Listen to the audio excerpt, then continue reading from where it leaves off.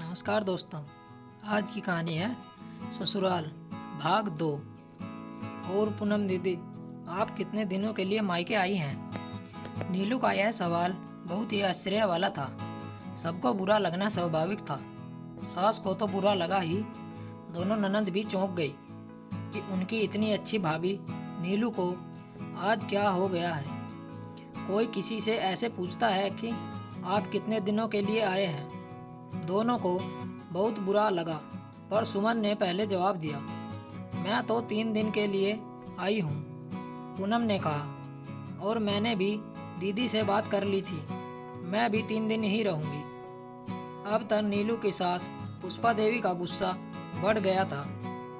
गुस्से में वह बोली, यह क्या फालतू सवाल पूछ रही हो बहू? कोई अपने घर आए बेटियों से यह पूछता है कि वह कितने दिन के लिए आई हैं? खबरदार, जो मेरी बेटियों से ऐसा सवाल पूछा तो मुझसे बुरा कोई नहीं होगा। अब तुमको इन दोनों से माफ़ी मांगनी पड़ेगी। नीलू ने कहा, मैं ज़रूर माफ़ी मांगूंगी माँ जी, पर मैं अपनी बात रखना चाहती हूँ। दोनों दीदी भी तो अपने मायके आई हैं और कम से कम 3-4 दिन तो रहेंगी ही, लेकिन मैं अपने मायके 2 घंटे के लिए भी नहीं जा सकती। जब से मेरी शादी हुई है, सिर्फ बहन की शादी के अलावा मैं वहाँ पूरे दिन के लिए भी नहीं गई हूँ। और मैं जब भी बाजार या किसी काम से जाती हूँ तो आपको यही लगता है कि मैं अपने मायके चली गई, और इस वजह से मैं बाहर का कोई भी काम ठीक से नहीं कर पाती हूँ और जल्दी जल्दी घर वापस आ जाती हूँ। यहाँ तक कि स्कूल से भी मैं जल्दी से जल्दी घर पहुँचने की कोशिश करती हूँ। कहीं मुझे ज़रा सी देरी हो गई तो सब यही सोचेंगे कि मैं अपनी माँ के घर चली गई, और फिर मुझे यह ताना सुनने मिलेगा, अरे बहू तो सिर्फ मायके ही जाती रहती है, ससुराल वालों की तो उसे फिक्र ही नहीं है। महारानी का ससुराल में मन ही नहीं लगता है। नीलू को भी अपनी आवाज़ तेज करके बहुत कुछ सुनाने का मन था, लेकिन वह मन मार कर रह गई।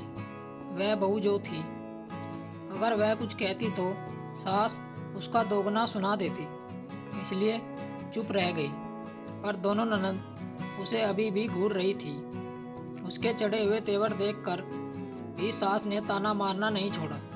सास ने तो ताना मार दिया, लेकिन नीलू के चढ़े तेवर देख उसकी ननद सुमन और पूनम एकदम चौंक गई। स्पष्ट पूछने का अंदाज़ा नहीं था।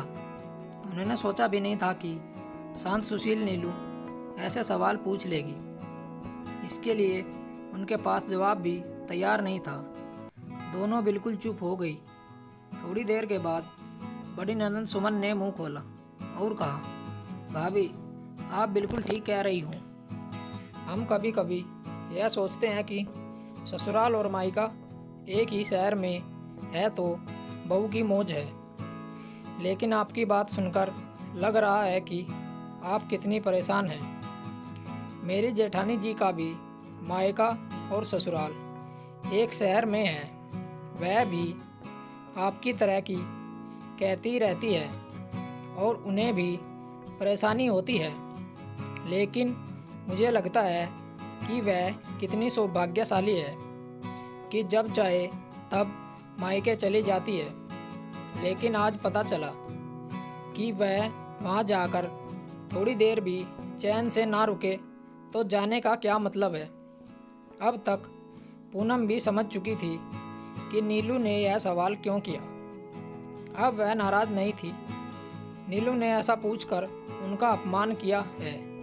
अब पूनम समझ चुकी थी कि अपनी बात सामने रखने के लिए ही नीलू ने उन दोनों को यह पूछा कि वह दोनों कितने दिन के लिए मायके आई हैं। इसलिए पूनम बोली, भाभी, सच में हमने तो सोचा भी नहीं था कि आपको इस बात का इतना बुरा लगता है। मैंने भी कई बार आपको ऐसे कहकर चिढ़ाया हो तो मुझे माफ़ कर दीजिएगा भाभी। अब समझ में आया कि आप तो मायके जाकर भी वहाँ बिल्कुल नहीं रह पाती हैं। यह ठीक नहीं है। हर बेटी का हक होता है कि वह शादी के बाद भी अपने माता पिता से मिलने जाए, उनके पास कुछ समय बिताए। मैं भी जब माँ के पास आती हूँ और यहाँ इतना प्यार मिलता है तो दोबारा ससुराल में जाकर नए जोश से काम में लग जाती हूँ। आपको भी हक है कि आप मायके ज़रूर जाएं। सही बात है, हम मायके आकर बहुत एनर्जेटिक हो जाते हैं। दोस्तों, आपको ये कहानी कैसी लगी हमें कमेंट करके ज़रूर बताएं। वीडियो को लाइक, शेयर और सब्सक्राइब करना ना भूलें। मिलते हैं आपसे एक और नई वीडियो के साथ। तब तक बने रहिए हमारे चैनल के साथ। कहानी सुनने के लिए आप लोगों का बहुत बहुत धन्यवाद।